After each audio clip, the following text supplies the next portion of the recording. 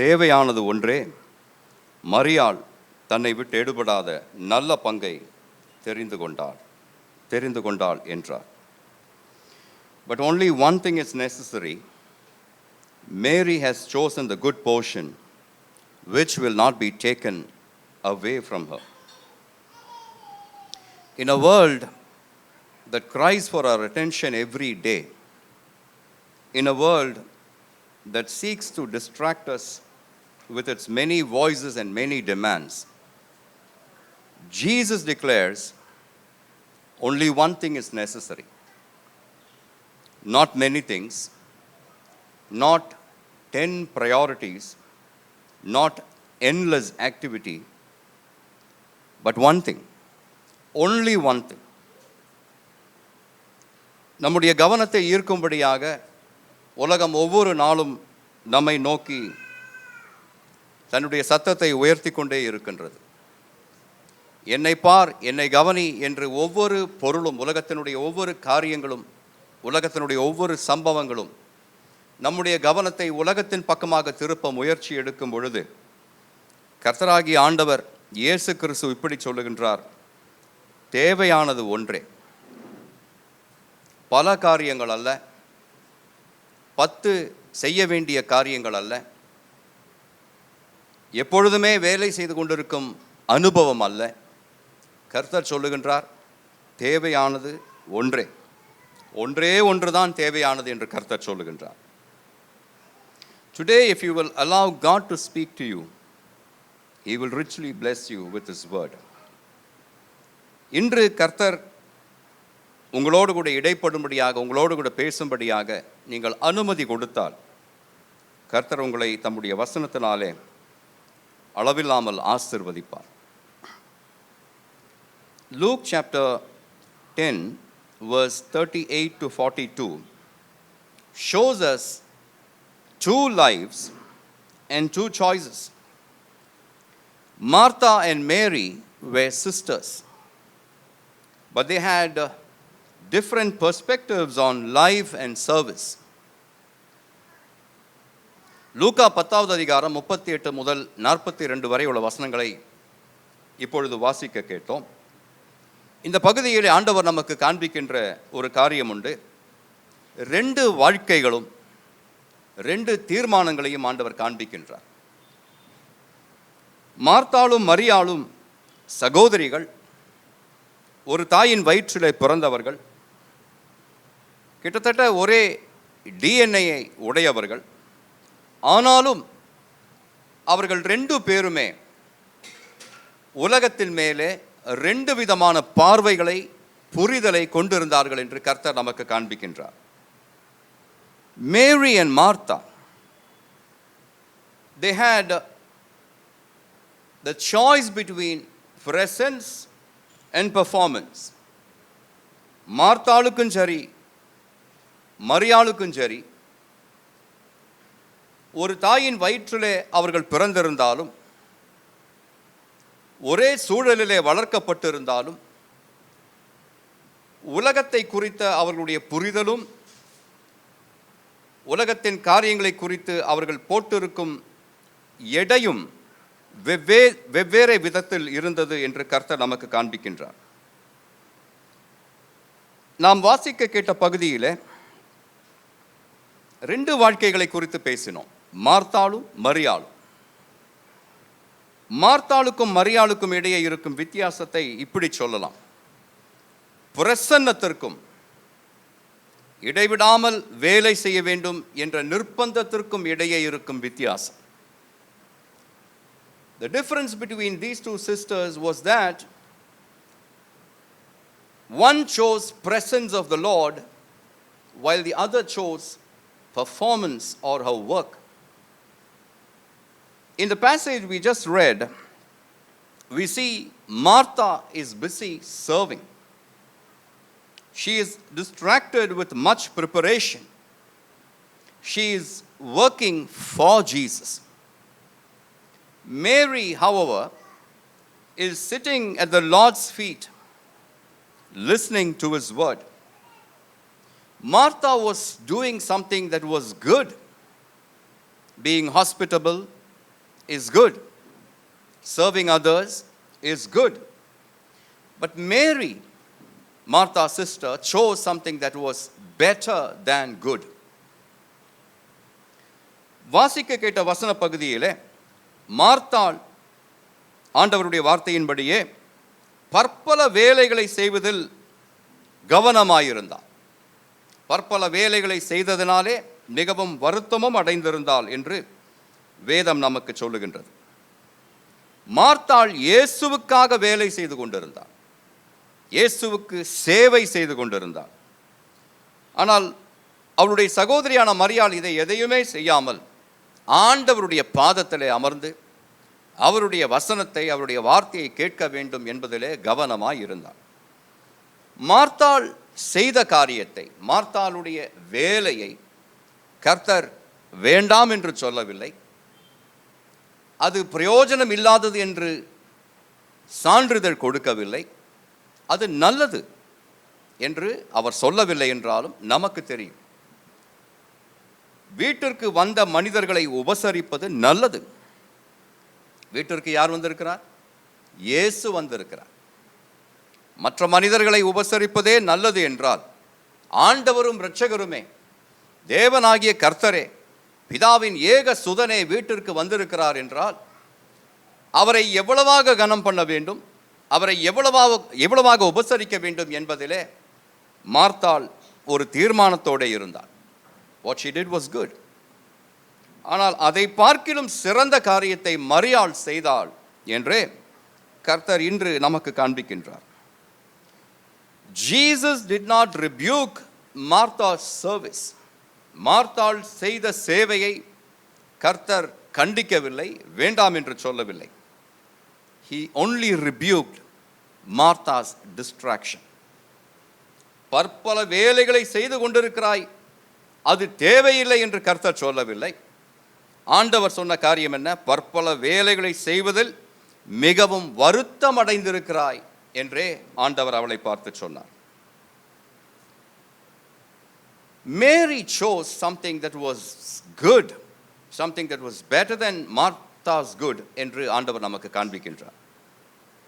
What did Mary choose? மேரி அல்லது மரியாள் தெரிந்தெடுத்தது என்ன? Mary chose the Lord's presence over pressure. Mary chose devotion over distraction. And Mary chose relationship over responsibility. மரியாள் தெரிந்தெடுத்த அந்த நல்ல பங்கு என்று கர்த்தர் சொன்னது என்ன? மரியாள் தெரிந்தெடுத்தது என்ன என்று கேட்டீர்களே ஆனால், மரியாள் அழுத்தத்தை தெரிந்தெடுக்கவில்லை, தேவனுடைய பிரசன்னத்தை தெரிந்தெடுத்தார். மரியாள் கவனச்சிதறல்களை தெரிந்தெடுக்கவில்லை, ஆண்டவருக்கு பக்தி சிரத்தையாய் இருக்க வேண்டும் என்பதிலே கவனமாயிருந்தார். பொறுப்புகளை பொறுப்புகளை மரியாள் உதறி போடவில்லை. பொறுப்புகள் வேண்டும், ஆனால் பொறுப்புகளை பார்க்கிலும் தேவனோடு கூட உள்ள உறவு மிகவும் முக்கியமானது என்பதையே மரியாள் இங்கே நமக்கு காண்பிக்கின்றார். You see, Martha was occupied with Jesus.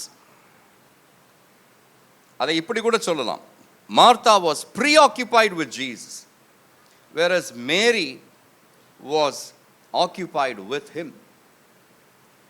The difference between being occupied and preoccupied is the level of pressure upon you.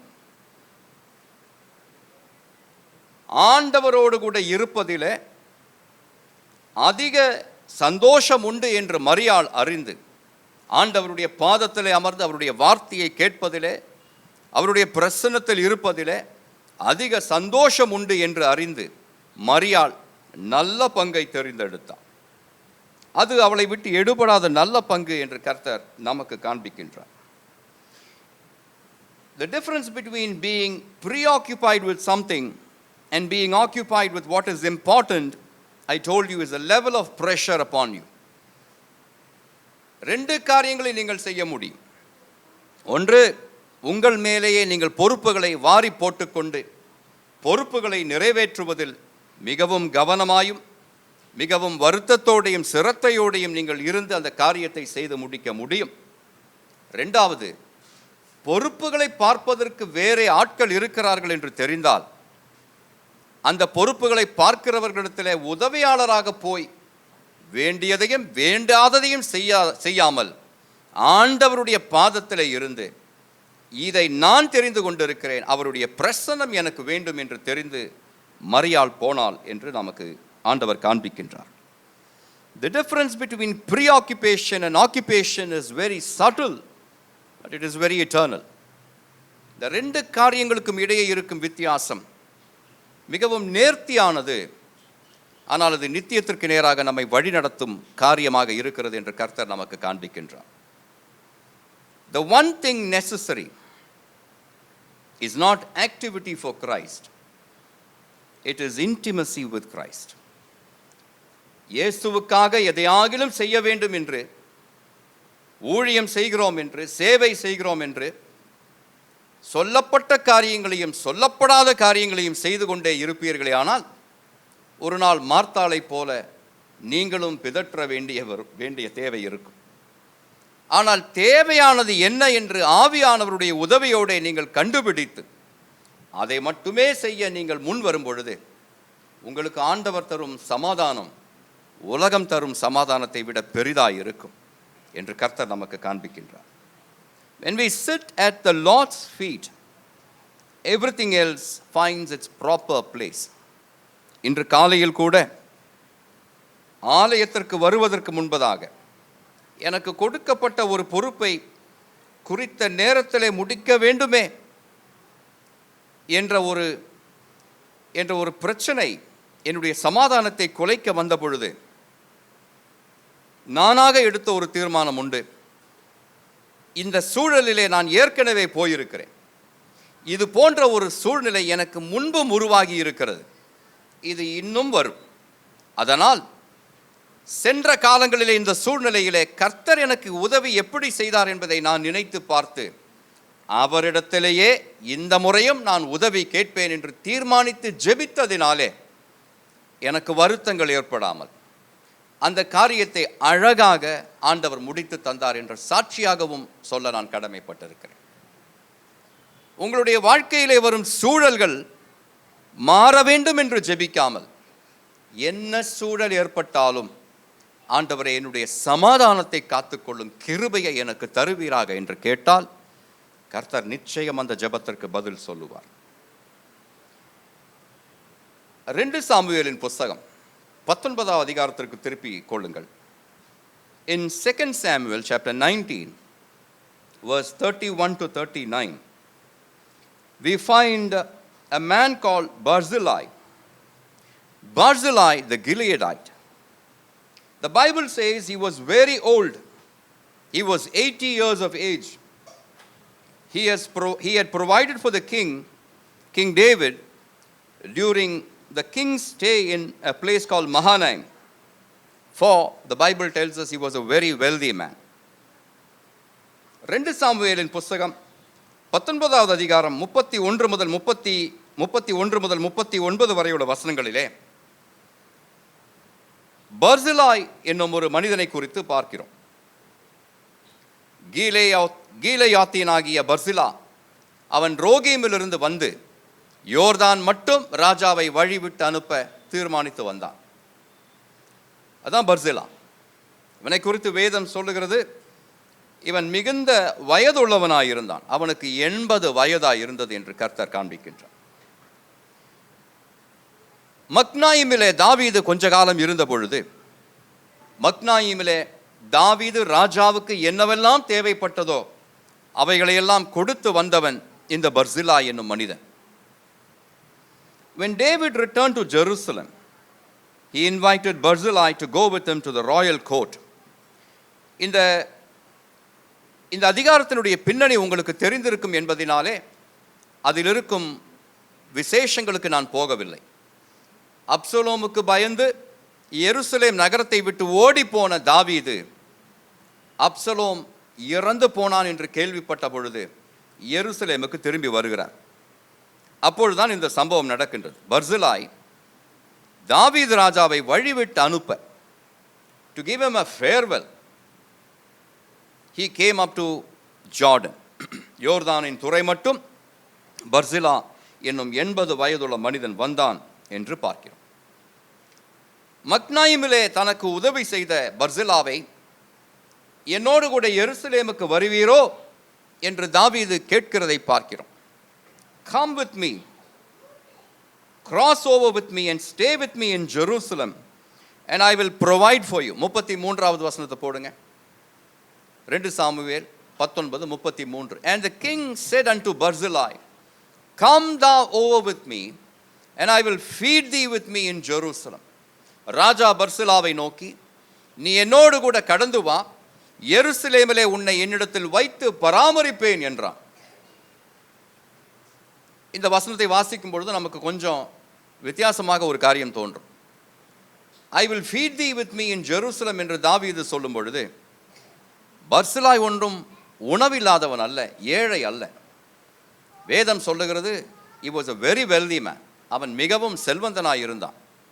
ராஜாவுக்கே ராஜாவினுடைய இயலாமையிலே, ராஜாவுக்கு இல்லாமல் இருந்த பொழுது மக்னாயிமிலே ராஜாவுக்கும் ராஜாவோடு கூட இருந்த சேனைகளுக்கும் என்னவெல்லாம் தேவைப்பட்டதோ, தாவீது ராஜாவோடு கூட அப்சலோமை விட்டு எருசலேமை விட்டு தாவீது ஓடி போகும் பொழுது 600 பேர்கள் இருந்தார்கள் என்று வேதம் சொல்லுகிறது. அந்த 600 பேர்களுக்கும் என்னவெல்லாம் தேவைப்பட்டதோ அவைகளெல்லாம் பர்சிலா கொடுத்து வந்தான் மக்னாயிமிலே. அந்த பர்சிலாவை பார்த்து ராஜா இப்பொழுது சொல்லுகிறான், நீ என்னோடு கூட எருசலேமுக்கு வா, எருசலேமிலே உன்னை என்னிடத்தில் வைத்து நான் பராமரிப்பேன் என்றான். It was not merely a payback gesture, but a royal invitation to be in the king's presence for the rest of his life. You see, being wealthy is one thing, being with the king is another. If you closely read the passage, you would understand David's chief counselor Ahithophel is now dead. David needed a chief counselor now. And he was perhaps looking at Barzillai to fill the role. I'm only saying perhaps, I'm not saying this very confidently. மக்னாயிமிலே தனக்கு வேண்டியதை எல்லாம் தந்து தன்னை பராமரித்த பர்சிலாவை, எருசலேமுக்கு வந்தால் உன்னை என்னோடு கூட வைத்து நான் பராமரிப்பேன் என்று தாவீது சொன்ன பொழுது, செய்த உதவிக்கு ஒரு மாறு உதவியாக நான் செய்ய போகிறேன் என்ற நினைப்பிலே தாவீது இதை சொல்லவில்லை. பர்சிலாவுக்கு அப்படிப்பட்ட உதவி தேவையில்லை என்று தாவீதுக்கு தெரியும். பர்சிலாவுக்கு கொடுத்து அவனை ஆசீர்வதிக்க முடியாது என்றும் தாவீதுக்கு தெரியும். ஆனால் எனக்கு பிரியமானவர்களே, செல்வந்தனாய் இருப்பதற்கும் ராஜாவோட கூட ராஜாவினுடைய அரண்மனையில் இருப்பதற்கும் வித்தியாசம் உண்டு என்பதை நீங்கள் கண்டுகொள்ள வேண்டும். உங்களுக்கு எவ்வளவுதான் செல்வ செழிப்பு இருந்தாலும் ராஜா தன்னுடைய அரண்மனையிலே உங்களை அழைத்து, இனி நீ ஜீவனோடு இருக்கும் காலமெல்லாம் நீ என்னோடு கூட இருந்து என்னுடைய பந்தியிலே நீ புசிப்பாய் என்று சொல்லிவிட்டால், அது வரைக்கும் நீங்கள் சேர்த்து வைத்த சௌதரித்து வைத்த சம்பாத்தியங்கள் உங்களுக்கு முன்பாக ஒன்றும் இல்லாமல் போகும். This is a royal invitation. ராஜா தன்னுடைய அரண்மனைக்கு பர்சிலாவை அழைக்கிறான். மக்னாயிமிலே சில நாட்கள் எனக்கு உணவு நீ தந்ததினாலே கைமாறாக இந்த உதவியை செய்கிறேன் என்ற அர்த்தத்திலே ராஜா இதை சொல்லவில்லை. உன்னை நான் கனப்படுத்த விரும்புகிறேன்.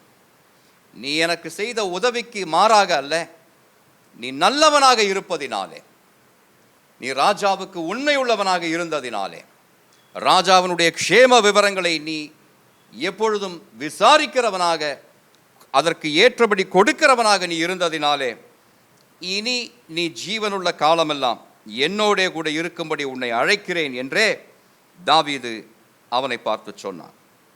அகித்தோப்பேல் என்ற ஒரு மனிதனையும் பார்க்கிறோம். அகித்தோப்பேல் இறந்து போயிருந்தான். தன்னுடைய யோசனையின்படி காரியங்கள் போகவில்லை என்று அறிந்தவுடனே வேதம் சொல்லுகிறது, அகித்தோப்பேல் நாண்டு கொண்டு செத்தான் என்று பார்க்கிறோம். அவன் இறந்து போனான். அப்பொழுது அகித்தோப்பேலுக்கு பதிலாக ஒருவேளை பர்சிலாவை தன்னுடைய ஆலோசகராக அவனை ஏற்படுத்த வேண்டும் என்று கூட தாவீது ராஜா ஒருவேளை நினைத்திருக்க கூடும். ஆனால் பர்சிலா சொல்லுவதை பார்க்கிறோம். அடுத்த வசனம் போடுங்க, 34வது வசனம். பர்சிலா ராஜாவை பார்த்து, நான் ராஜாவோடு கூட எருசலேமுக்கு வர நான் இன்னும் உயிரோடு இருக்கும் ஆயுசின் நாட்கள் எம்மாத்திரம் என்று கேட்கிறான். How long have I to live that I should go up with the king unto Jerusalem? Barzillai was limited by the choice he made. Barzillai எடுத்த தீர்மானத்தினாலே அவனுடைய வாழ்க்கை சற்றே குறுகி போயிருந்தது, ஒரு குறுகின வட்டத்திற்குள்ளாக வந்தது என்று நீங்கள் கண்டுகொள்ளும்படி பரிசுத்த ஆவியானவர் இன்று உங்களை அழைக்கின்றார்.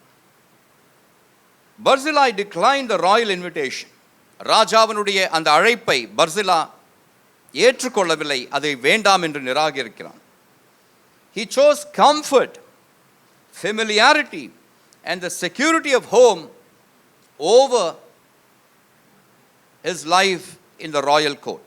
ராஜாவினுடைய அரண்மனையிலே இருப்பதற்கு பதிலாக என்னுடைய வீட்டில் இனி எனக்கு எஞ்சி இருக்கும் காலம் என்னுடைய சூழலிலேயே நான் இருந்து கொள்ளுகிறேன் என்று பர்சில்லா தீர்மானிக்கிறான். இதை தவறு என்று நான் சொல்ல மாட்டேன், ஆனால் அழைத்தது யார் என்பதை நீங்கள் கொஞ்சம் கவனிக்க வேண்டும். அழைத்தது தேசத்தின் ராஜா தாவீது. ராஜா பர்சில்லாவை அழைக்கிறான். Now contrast this decision of Barzillai with Ruth the Moabite in the book of Ruth. ரூத்தின் புஸ்தகத்தில் இருக்கும் அந்த மோவாபிய ஸ்திரியான ரூத்தை குறித்து கொஞ்சம் கவனிக்கும்படி கேட்கிறேன். ரூத்து தன்னுடைய மாமியாகிய நகோமியை பார்த்து என்ன சொன்னால், ரூத்து 1வது அதிகாரம் 16வது வசனத்தை பாருங்கள். Where you go, I will go. Your people shall be my people, and your God shall be my God. எங்கே போகிறோம் என்பது மட்டுமே தெரியும். மோவாபு தேசத்திலிருந்து பெத்லகேமுக்கு போகிறோம், இஸ்ரவேலுக்கு போகிறோம் என்று ரூத்துக்கு தெரியும். ஆனால் நாளிதுவரை ரூத் என்னும் மோவாபிய ஸ்திரீ எருசலேமை பார்த்ததில்லை, எருசலேமிலே அவளுடைய கால்கள் பட்டதில்லை. தெரியாத தேசம், தெரியாத கலாச்சாரம், புதிய பாஷை, புதிய அனுபவம், புதிய ஜனங்கள். அந்த ஜனங்கள் மத்தியிலே உறவு அற்றுப்போன ஒரு ஸ்திரீயோட, ஏன் அப்படி சொல்லுகிறேன், கணவன் இருக்கும் வரைக்கும் தான் மாமியார் என்னும் உறவு, அப்படித்தானே? கணவனே இல்லை, இப்பொழுது மாமியாரோட கூட அவள் இருக்க வேண்டும் என்ற நிர்பந்தமும் இல்லை. அந்த நேரத்திலும் ரூத் நகோமியை பார்த்து என்ன சொல்லுகிறாள் என்று பாருங்கள். உம்மை பின்பற்றாமல் உம்மை விட்டு திரும்பி போவதை குறித்து என்னோட பேச வேண்டாம். நீர் போகும் இடத்திற்கு நானும் வருவேன், நீர் தங்கும் இடத்திலே நானும் தங்குவேன். உம்முடைய ஜனம் என்னுடைய ஜனம், உம்முடைய தேவன் என்னுடைய தேவன் என்று ரூத் சொல்லுகிறதை பார்க்கிறேன். ஒருவனுக்கு அழைப்பு கொடுக்கப்படுகிறது, அந்த அழைப்பை அவன் நிராகரிக்கிறான், வேண்டாம் என்று சொல்லுகிறான். ஒருவனுக்கு அழைப்பே கொடுக்கப்படவில்லை. If you closely read the passage, Naomi did not invite Ruth to come along with her. நகோமி அவளை அழைக்கவே இல்லை. அழைக்காமலேயே உன்னோடு கூட நான் வருவேன் என்று சொல்லுகிற ஸ்திரீயை பார்க்கிறோம். Now Barzillai chose comfort, but Ruth chose covenant. Barzillai தனக்கு இருக்கும் சுக சௌகரியங்களை தெரிந்தெடுத்த பொழுது ரூத் அதற்கு நேர் மாறாக செய்கிறதை பார்க்கிறோம். தனக்கு மோவாபு தேசத்தில் வீடு இருந்தது, தாய் தகப்பன் இருந்திருக்கக்கூடும், உறவினர்கள் நிச்சயமாக இருந்தார்கள். சொந்த தேசத்தை விட்டு, சொந்த உறவுகளை விட்டு, இனம் தெரியாத, மொழி தெரியாத ஒரு தேசத்திற்கு அவள் போக தீர்மானித்தாளே, அப்பொழுது அவள் செய்த காரியம், என்னுடைய சுக சௌகரியங்களை விட கர்த்தருடைய உடன்படிக்கையை நான் தெரிந்தெடுப்பேன் என்று அவள் தீர்மானிக்கிறாள். Barzillai stayed where he was, but Ruth decided to step into her destiny. இருக்கிற இடத்திலேயே நான் இருந்து கொள்வேன் என்று பர்சில்லா தீர்மானித்த பொழுது ரூத் சொன்னது என்ன? என்னுடைய எதிர்காலத்திற்குள்ளாக நான் பிரவேசிக்கிறேன். எதிர்காலம் எப்படி இருக்கும் ரூத்தே என்ற கேள்விக்கு ரூத்திற்கு விடை இல்லை. If you ask Ruth how your destiny is going to be, Ruth had no answer. She was not clear about her future. எதிர்காலத்தை குறித்து ஒன்றுமே அவளுக்கு தெரியாது. அங்கே போவாஸ் என்னும் மனிதன் இருப்பான் என்றோ, அவனுக்கு மனைவியாக போகிறோம் என்றோ அவளுக்கு யாருமே சொல்லவில்லை. She had no glimpse of what was awaiting her in Israel. Yet she decided to go along with Naomi. அல்லேலூயா சொல்லுவீங்களா? அதனால் தான் சொல்லுகிறேன், பர்சிலா இருக்கிற சுகம் போதும், இருக்கிற இடத்திலே நான் இருந்து விடுகிறேன் என்று தீர்மானித்த பொழுது, ரூத்து இருக்கிறது நல்லது, ஆனால் இந்த நல்லதையும் நான் விட்டுவிட்டு உம்மோடு கூட இருப்பேன், உம்முடைய தேவன் என்னுடைய தேவன் என்று தீர்மானித்த வந்தவளுக்கு ஆண்டவர் செய்த காரியம் என்ன தெரியுமா? இயேசு கிறிஸ்துனுடைய வம்சவழியை எழுதும் பொழுது ரூத்தின் பெயரையும் ஆண்டவர் அங்கே கொண்டு வந்து வைக்க பரிசுத்த ஆவியானவருக்கு நினைப்பூட்டுதலை கொடுக்கிறார்.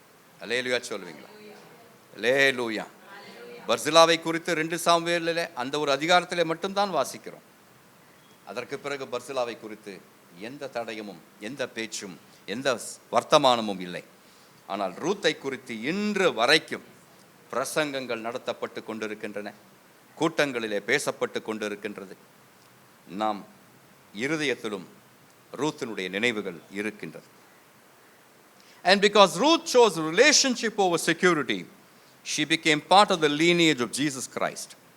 இருக்கும் உறவுகளினுடைய உறுதித்தன்மையை விட தெரியாத அந்த எதிர்காலத்திற்குள்ளாக நான் நம்பிக்கையோடு பிரவேசிப்பேன் என்று ரூத் தீர்மானித்ததனுடைய விளைவாக இயேசு கிறிஸ்துவனுடைய வம்சவழியை எப்பொழுதெல்லாம் யாரெல்லாம் சொல்லுவார்களோ அங்கெல்லாம் ரூத்தினுடைய பெயர் இல்லாமல் சொல்லவே முடியாது என்ற நிலைமையிலே ரூத்தை ஆண்டவர் கொண்டு வந்து வைக்கிறார். கைகளை உயர்த்தி தேவனை மகிமைப்படுத்தும்படி கேட்கிறேன். God says only one thing is necessary, and it's choosing God above convenience. உங்களுக்கு இருக்கும் சுக சௌகரியங்களை விட கர்த்தர் அழைக்கும் வழியிலே பாடுகள் நிறைந்திருந்தாலும், எதிர்காலம் எப்படி இருக்குமோ என்ற நம்பிக்கை உங்களுக்கே இல்லாமல் இருந்தாலும், நீங்கள் பார்க்கும் எதிர்காலம் இருள் அடைந்ததாகவே இருந்தாலும், அழைக்கிறவர் கர்த்தர் என்று தெரிந்தால், சுக சௌகரியங்களை விட அழைத்தவரை நம்பி நான் போவேன் என்று நீங்கள் தீர்மானித்தால், கர்த்தர் இன்றும் ரூத்துக்கு செய்த காரியத்தை உங்களுக்கும் செய்ய முடியும். ரூத்தை விட மகிமையாக உங்களை வாழ வைக்கவும் என் தேவனுக்கு தெரியும். 1 சாமுவேலின் புஸ்தகம் 3வது அதிகாரத்தில் நீங்கள் கொஞ்சம் வர வேண்டும் என்று நான் உங்களை அழைக்கின்றேன். In 1 Kings chapter 3, Solomon had a divine opportunity. God appeared to him in a dream and said, "Ask what I shall give you." Now Solomon could have chosen long life, he could have chosen riches, he could have chosen victory over enemies. 1 ராஜாக்களின் புஸ்தகம் 3வது அதிகாரத்திற்கு நீங்கள் வரும்பொழுது அங்கே சாலமோனுக்கு ஒரு பிரத்யேக ஒரு தரிசனம் கிடைக்கிறதை பார்க்கிறோம்.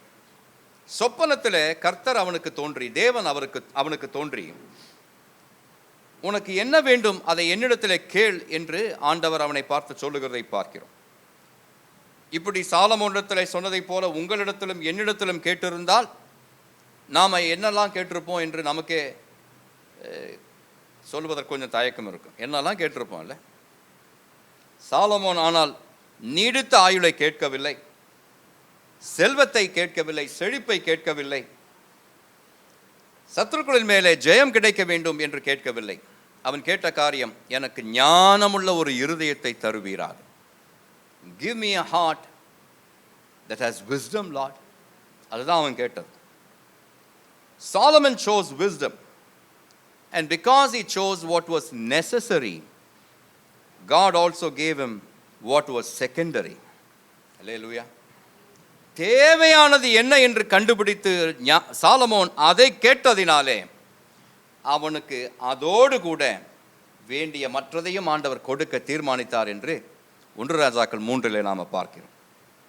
Now contrast Solomon with a rich young ruler in Luke 18. சாலமோனை 1 ராஜாக்கள் 3 பார்க்கிறோம். லூக்கா 18வது அதிகாரத்தில் புதிய ஏற்பாட்டில் இயேசுவின் காலத்தில் வாழ்ந்த ஒரு செல்வ செழிப்புள்ள ஒரு மனிதனை பார்க்கிறோம், ஒரு அதிகாரியை பார்க்கிறோம். லூக்கா 18 we see a rich young ruler. Now he came to Jesus asking about eternal life. நல்ல போதகரே, நித்திய ஜீவனை நான் சுதந்திரித்துக் கொள்ளும்படியாக நான் என்ன செய்ய வேண்டும் என்று இயேசு கிறிஸ்துவை பார்த்து கேட்கிறதை பார்க்கிறோம். Jesus told him to sell his possessions and follow him. The Bible says he went away sorrowful because he had great wealth. இந்த செல்வ செழிப்புள்ள சீமானாக இருந்த மனிதன் ஆண்டவராகிய இயேசு கிறிஸ்துவை பார்த்து கேட்கிறான், நித்திய ஜீவனை நான் ஆதாயப்படுத்திக் கொள்ள நான் என்ன செய்ய வேண்டும்? அப்பொழுது கர்த்தர் பிரமாணத்தை எடுத்து காண்பிக்கிறார். இந்த வாலிபன் சொல்லுகிறான், எனக்கு பிரமாணம் எல்லாம் தெரியும், சிறு வயது முதற்கொண்டே நான் அவைகளை எல்லாம் பின்பற்றி வருகிறேன், இதையெல்லாம் செய்திருக்கிறேன், சண்டே ஸ்கூலுக்கு போயிருக்கிறேன், தேவனுக்கு கொடுக்க வேண்டிய தசம பாகத்தை கொடுத்திருக்கிறேன், காணிக்கையை கொடுத்திருக்கிறேன், ஆசாரியர்களை கனப்படுத்தி இருக்கிறேன், ஊழியர்களுக்கு வந்தனம் சொல்லி இருக்கிறேன், எல்லாம் செய்திருக்கிறேன் ஆண்டவரே, சின்ன வயது முதற்கொண்டே இதெல்லாம் செய்திருக்கிறேன் என்று சொன்ன உடனே கர்த்தர் அவனை பார்த்து சொல்லுகிறார், உன்னிடத்தில் ஒரு குறைவு உண்டு. உனக்கு உள்ளதையெல்லாம் விற்று தரித்திரருக்கு கொடுத்து அதற்கு பிறகு நீ என்னை பின்பற்றி வா என்று சொன்னவுடனே அந்த மனிதனால் அதை செய்ய முடியாமல் போயிற்று என்று வேதம் சொல்லுகிறது. அவன் மிகுந்த ஐஸ்வர்யம் உள்ளவனாய் இருந்ததினாலே அவன் மிகுந்த துக்கம் அடைந்தான் என்று வேதம் சொல்லுகிறது. அல்லேலூயா. மிகுந்த ஐஸ்வர்யம் வேணும்னு கேட்காதீங்க, மிகுந்த துக்கம் உண்டாயிரும். தேவை நடந்தால் போதும் ஆண்டவரே, வெட்கப்பட்டு போகாமல் இருந்தால் போதும் ஆண்டவரே, என்னுடைய படியை நித்தமும் நீர் அளந்தால் போதும் ஆண்டவரே. Solomon chose wisdom and received wealth. Solomon ஞானமுள்ள இருதயத்தை கேட்டான், செல்வத்தையும் பெற்றுக்கொண்டான், ஐஸ்வர்யத்தையும் பெற்றுக்கொண்டான். The rich young ruler chose wealth and lost eternal treasure. ஆனால் இந்த செல்வ செழிப்புள்ள அந்த சீமானாக இருந்த அந்த மனிதன் ஐஸ்வர்யத்தை பாதுகாத்துக் கொள்ள வேண்டும் என்று அதை தெரிந்தெடுத்தான், நித்திய ஜீவனை நஷ்டப்படுத்தினான் என்று பார்க்கிறோம். One chose God first, the other chose possessions first. ஒருவன் தேவனை முதலாவது வேண்டும் என்று தெரிந்து கொண்டான், இன்னொருவன் ஐஸ்வர்யம்தான் முக்கியம், ஆஸ்திதான் முக்கியம், பணம்தான் முக்கியம் என்று சொன்னான். Only one thing is necessary, beloved, and it is not what you own, but whom you follow. தேவையானது ஒன்றே என்று கர்த்தர் இன்று திரும்பவும் நம்மை பார்த்து சொல்லுகின்றார். அது உங்களுக்கு இருக்கும் காரியம் அல்ல, நீங்கள் யாரை பின்பற்றி போக வேண்டும் என்று தீர்மானிக்கிறீர்களோ, நீங்கள் தெரிந்தெடுக்கும் அந்த காரியம், அந்த நபர்தான் தேவையானது ஒன்று என்று கர்த்தர் நமக்கு காண்பிக்கின்றார். In Genesis 4, ஆதியாகமம் 4வது அதிகாரத்திற்கு வாங்க. In Genesis 4, we see two brothers, Cain and Abel. They both brought offerings to God. Externally, both worshipped, but internally, only one surrendered. ரெண்டு சகோதரர்கள் ஆதியாகம புஸ்தகம் 4வது அதிகாரத்தில் தேவனுக்கு காணிக்கையை கொண்டு வருகிறதை பார்க்கிறோம். ஆண்டவர் ஒருவனுடைய காணிக்கையை ஏற்றுக்கொள்கிறார், இன்னொருவனுடைய காணிக்கையை ஆண்டவர் ஏற்றுக்கொள்ளவில்லை. God chose the offering of Abel while he rejected the offering of Cain. நடந்தது என்ன என்று சொல்லுகிறேன். காணிக்கையை கொண்டு வந்த அவர்கள் ரெண்டு பேருமே தேவனை வழிபட்டே வந்தார்கள். Both of them came worshiping the Lord. ஆனால் ஆராதனையிலே உங்களை அடிபணிய தேவனுடைய சமூகத்திற்கு, சித்தத்திற்கு, வார்த்தைக்கு உங்களை ஒப்புக்கொடுக்க மனதில்லாதவர்களாய் நீங்கள் நின்றால் என்னதான் ஆராதித்தாலும் உங்களுடைய ஆராதனையை தேவன் ஏற்றுக்கொள்வதில்லை என்ற சத்தியத்தை ஆபேல் நமக்கு காண்பிக்கிறான், காயின் நமக்கு காண்பிக்கிறான். Both of them worshipped, but only one surrendered. ரெண்டு பேருமே ஆராதித்தார்கள், காணிக்கையை கொடுத்து தேவனை மகிமைப்படுத்தினார்கள்.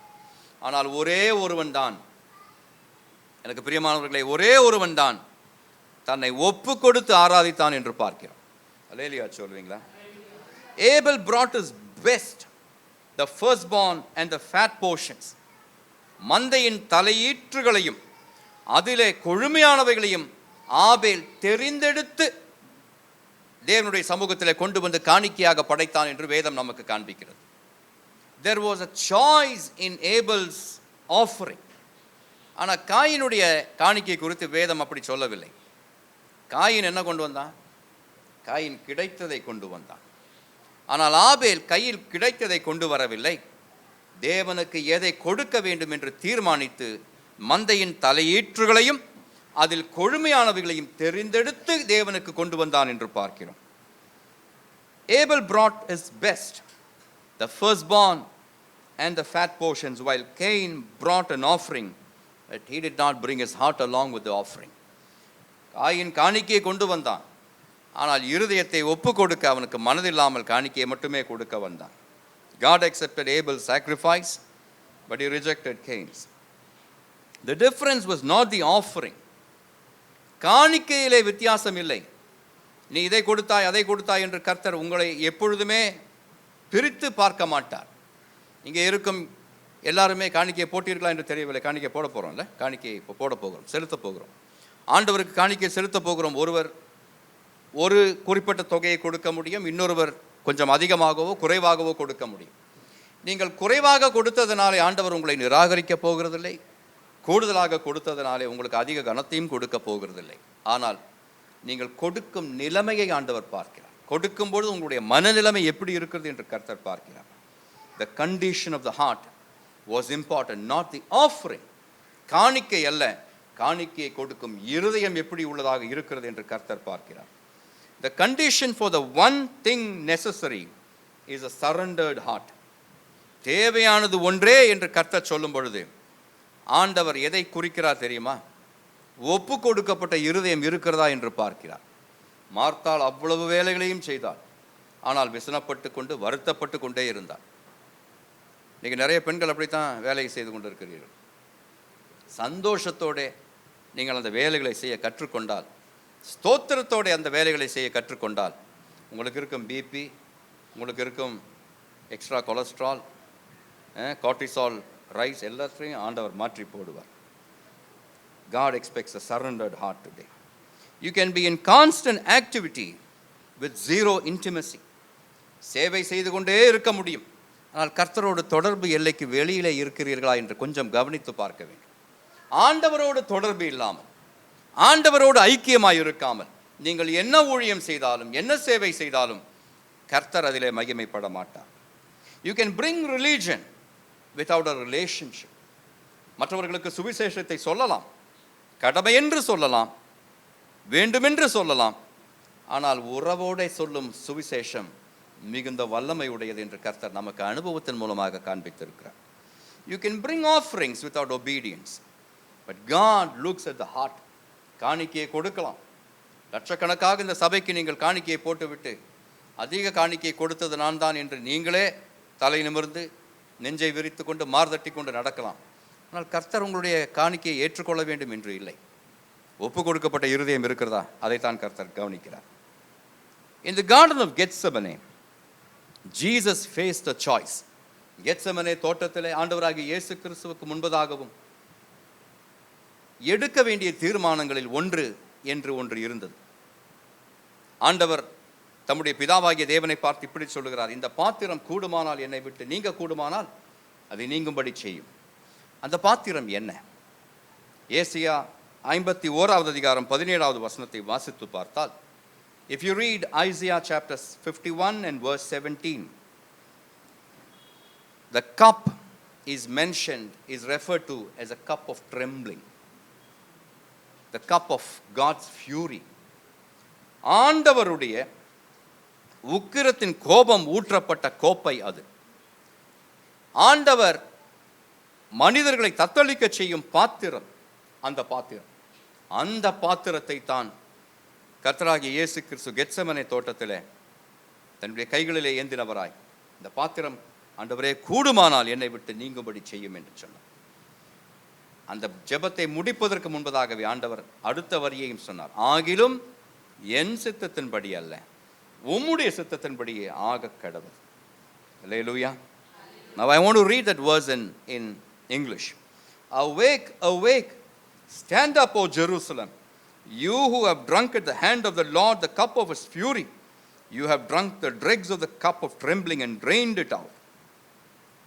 எழும்பு எழும்பு, கர்த்தருடைய உக்கிரத்தின் பாத்திரத்தை அவர் கையில் வாங்கி குடித்திருக்கிற எருசலேமே எழுந்து நில், தத்தளிக்க செய்யும் பாத்திரத்தின் வண்டல்களை உறிஞ்சி கொடுத்தாய் என்று ஆண்டவர் அங்கே சொல்லுகிறதை பார்க்கிறோம். ஆண்டவருடைய உக்கிரத்தின் கோபம் ஊற்றப்பட்ட பாத்திரம், தத்தளிக்க செய்யும் பாத்திரம், அந்த பாத்திரம் நீங்கும்படி தான் கர்த்தர் அன்று ஜெபித்தார் என்று ஆண்டவர் நமக்கு காண்பிக்கிறார். But Jesus prayed this prayer, Father, if you're willing, remove this cup from me. Nevertheless, not my will, but let yours be done. Luca 22:42. Now we see Jesus Christ chose the cup. Jesus Christ chose the cup of God's fury, the cup of trembling, தத்தளிக்க செய்யும் பாத்திரம், தேவனுடைய உக்கிரம் ஊற்றப்பட்டிருந்த பாத்திரம். அந்த பாத்திரத்தை ஆண்டவராகிய இயேசு கிறிஸ்து மறுக்கவில்லை, வேண்டாம் என்று சொல்லவில்லை, அதை தாமாகவே ஏற்றுக்கொண்டார் என்று வேதம் நமக்கு காண்பிக்கின்றது. And because Jesus chose the cup, he chose suffering over safety. ஆண்டவர் அந்த பாத்திரம் நீங்க கூடுமானால் நீங்கட்டும் என்று சொன்னாலும் இதை நான் எடுத்துக்கொள்கிறேன் என்று தீர்மானித்ததனாலே ஆண்டவர் செய்த காரியம் நமக்கு இன்று வரைக்கும் ஆசீர்வாதமாகவே இருக்கிறது. He chose obedience over escape. தப்பித்து போய்விடலாம், கெத்செமனே தோட்டத்திலிருந்து ஓடி போயிருக்கக்கூடும் இயேசு கிறிஸ்து. சிலுவை அவரை ஒன்றுமே செய்திருக்காது, சிலுவை சோகத்தை தந்திருக்காது. ஆனால் வேண்டுமென்றே சிலுவையை தெரிந்து கொள்ளும்படியாக தத்தளிப்பின் பாத்திரத்தை, தேவனுடைய கோபம் ஊற்றப்பட்டிருந்த அந்த பாத்திரத்தை ஆண்டவர் தெரிந்தெடுத்தார். Jesus chose the cross over comfort. சுகத்திற்கு மேலாக சிலுவை வேண்டும் என்று கர்த்தர் தீர்மானித்தார். ஏன் அப்படி தீர்மானித்தார்? Why did Jesus choose the cross over comfort? Because he knew only one thing was necessary. ஆண்டவராகிய இயேசு கிறிஸ்துவுக்கு தெரிந்திருந்தது, தேவையானது ஒன்றே. தேவையானது கெத்செமனே தோட்டத்திலும் ஒன்றே என்று ஆண்டவருக்கு தெரிந்திருந்தது. And what was necessary? What was that one thing that was necessary? தேவையான அந்த ஒன்று எது? கெத்செமனே தோட்டத்திலே ஆண்டவர் நமக்கு காண்பிக்கிறார். The will of the Father and the salvation of humanity. தேவனுடைய சித்தத்தின்படி செய்வதும் மனுக்குலத்தின் மீட்பும், அதற்காகவே அந்த தத்தளிப்பின் பாத்திரத்தை ஆண்டவர் ஏற்றுக்கொண்டார், எடுத்துக்கொண்டார் என்று ஆண்டவர் நமக்கு இன்று காண்பிக்கிறார். His choice brought our forgiveness, our redemption, our eternal life. அவர் அப்படி தத்தளிப்பின் பாத்திரத்தை, உக்கிரத்தின் பாத்திரத்தை தெரிந்தெடுத்து கொண்டதினாலே நமக்கு இன்று மன்னிப்பு கிடைத்திருக்கிறது, நமக்கு இன்று மீட்பு கிடைத்திருக்கிறது, நமக்கு இன்று நித்திய ஜீவன் வாக்கு பண்ணப்பட்டு இருக்கிறது. கைகளை உயர்த்தி தேவனை மகிமைப்படுத்தும். Now Mary chose to sit at the Lord's feet. Ruth chose to step into the unknown. Solomon chose wisdom. Abel chose his best. But Jesus chose to go to the cross. Mary, மரியாள் ஆண்டவருடைய பாதத்திலே உட்கார வேண்டும் என்பதை தீர்மானித்தால் அது அவளுடைய தேவையான ஒன்று. ரூத் வெளிச்சமில்லாத எதிர்காலத்திற்குள்ளாக பிரவேசிக்க வேண்டும் என்று தீர்மானித்தால் அது அவளுடைய தேவையான ஒன்று. சாலமோன் ஞானமுள்ள இருதயத்தை தெரிந்தெடுத்தான், அது அவனுக்கு தேவையான ஒன்று. ஆபேல் தன்னிடம் இருந்த சிறந்ததை ஆண்டவருக்கு என்று தெரிந்தெடுத்தான், அது அவனுடைய தேவையான ஒன்று.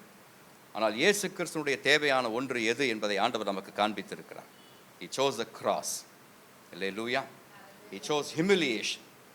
He chose persecution. Because you and I will live forever because of that.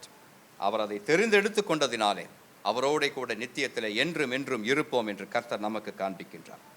Because he chose the cup, we can now choose a good portion.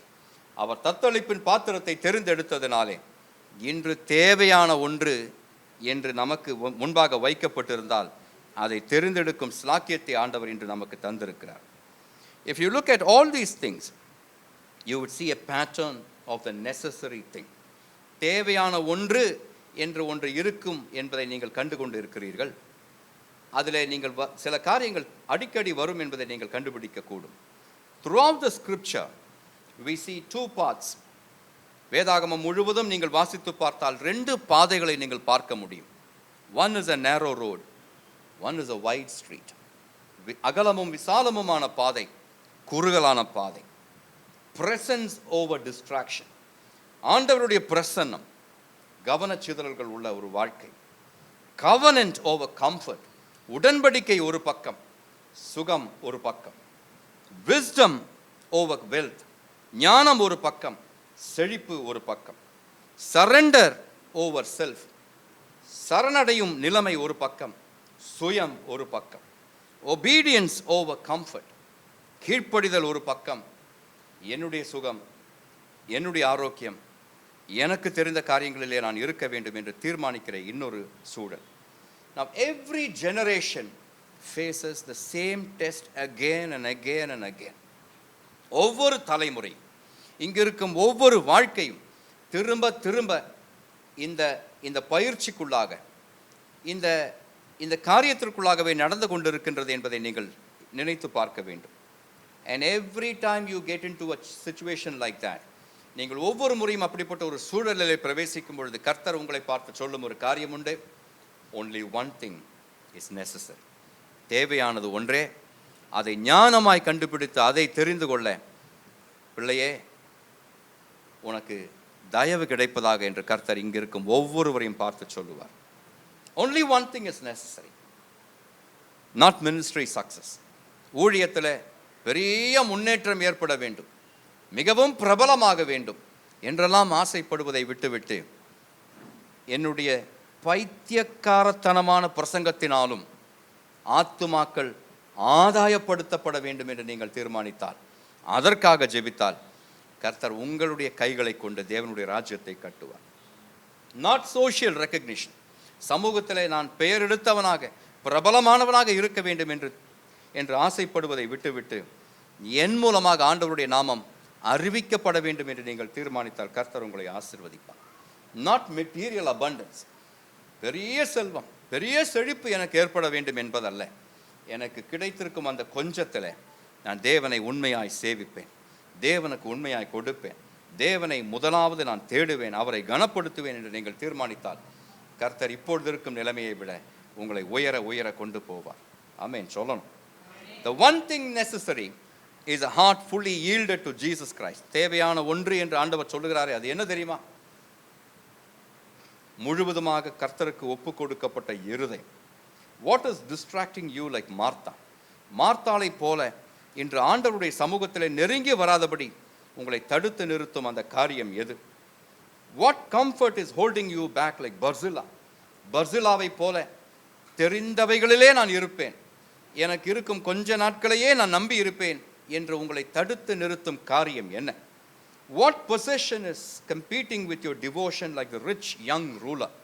செல்வ செழிப்புள்ள அந்த வாலிபனை போல ஆண்டவருடைய ராஜ்யத்திற்குள்ளாக, நித்தியத்திற்குள்ளாக நீங்கள் பிரவேசிக்க கூடாதபடி உங்களை தடுத்து நிறுத்தும் காரியம் என்ன? What attitude is corrupting your offering like Cain's? காயினுடைய காணிக்கை போல உங்களுடைய காணிக்கை ஆகக்கூடாது என்பதனாலே சொல்லுகிறேன். ஆண்டவருடைய சமூகத்தில் வரும் பொழுது ஆண்டவர் உங்களை ஆசீர்வதிக்க கூடாதபடி இருக்கும் உங்களுடைய மனோபாவம் எது என்று கண்டுபிடிக்கும்படி கர்த்தர் உங்களிடத்தில் என்று பேசுகிறார். Today Jesus is still saying choose the good portion.